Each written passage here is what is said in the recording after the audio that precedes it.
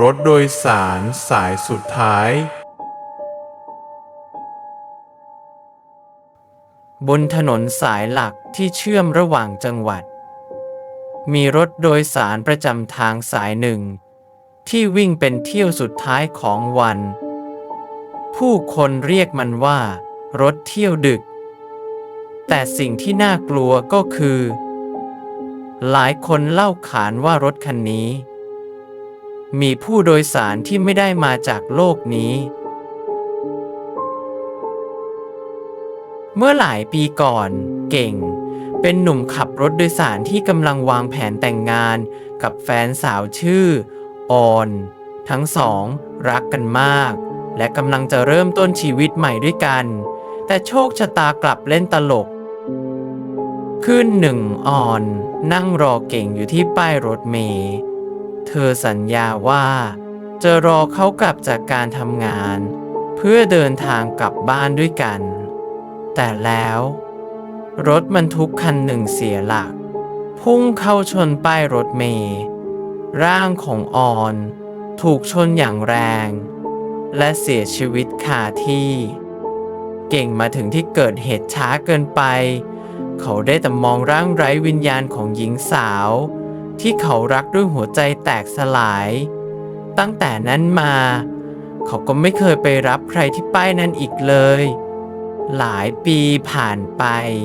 เรื่องราวของเก่งกลายเป็นเพียงความทรงจำที่เลือนรางสำหรับคนอื่นๆจนกระทั่งมีเรื่องแปลกประหลาดเกิดขึ้น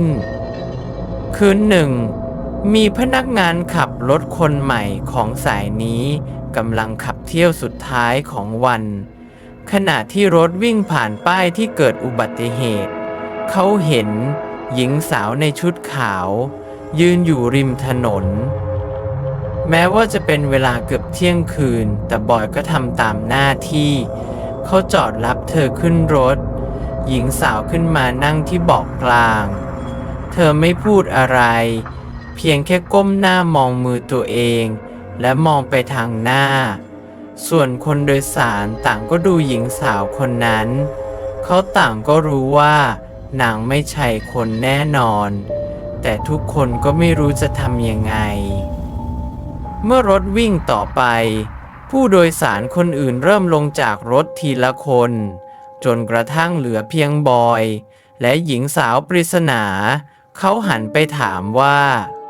คุณจะลงตรงไหนครับหญิงสาวเงยหน้าช้าๆเผยให้เห็นดวงตาแดงก่ำและน้ำตาที่ไหลอาบแก้มเธอยิ้มเศร้าและพูดเบาๆว่าฉันรอเก่ง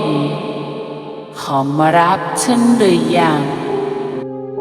บอยรู้สึกขนลุกอย่างบอกไม่ถูกเมื่อเขาหันกลับไปมองกระจกหลังที่นั่งนั้นว่างเปล่าจากนั้นบอยหันมาดูอีกทีแต่นางไปแล้วหลังจากคืนนั้นบอยไปเล่าเรื่องให้พนักงานเก่าฟังและได้รู้ว่าหญิงสาวคนนั้นคือ